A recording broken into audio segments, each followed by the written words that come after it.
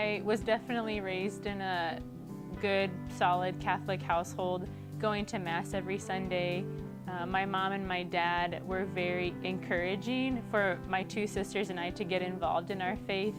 And so growing up, I did a lot of lecturing and being a Eucharistic minister, going to Catholic youth camp, being a counselor at Catholic youth camp.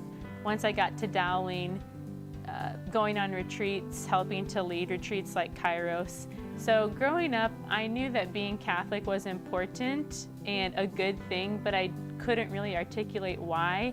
And I thought that being a good Catholic meant doing things.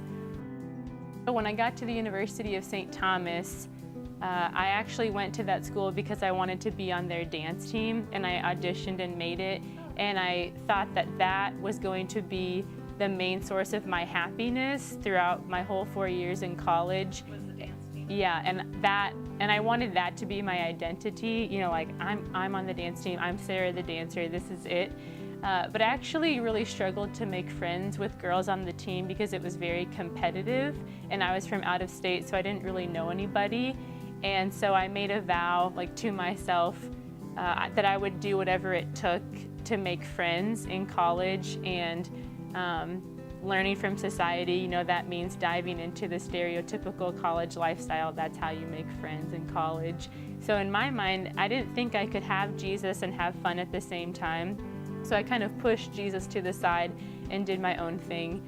And so for, you know, pretty much my whole time in college was just living the stereotypical college lifestyle of partying and drinking and messing around with guys. And I knew I was doing things that weren't making me happy, and I felt very empty doing these things, but I just didn't know, you know, I just like wasn't ready to like give that up in order to like put Jesus back in my life.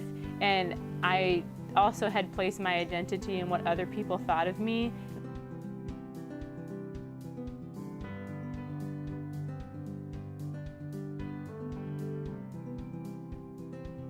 I would say that when I joined Focus, I learned more about the person of Christ, and I learned about the importance of having a personal relationship with Him and choosing to put Him at the center of my life and basically surrender everything to Him, to find my identity in Him instead of what other people thought of me.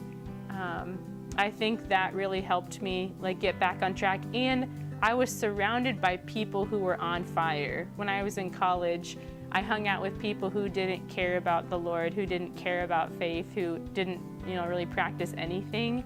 And so having that community really helped me want to get back into my faith, and I learned how to pray.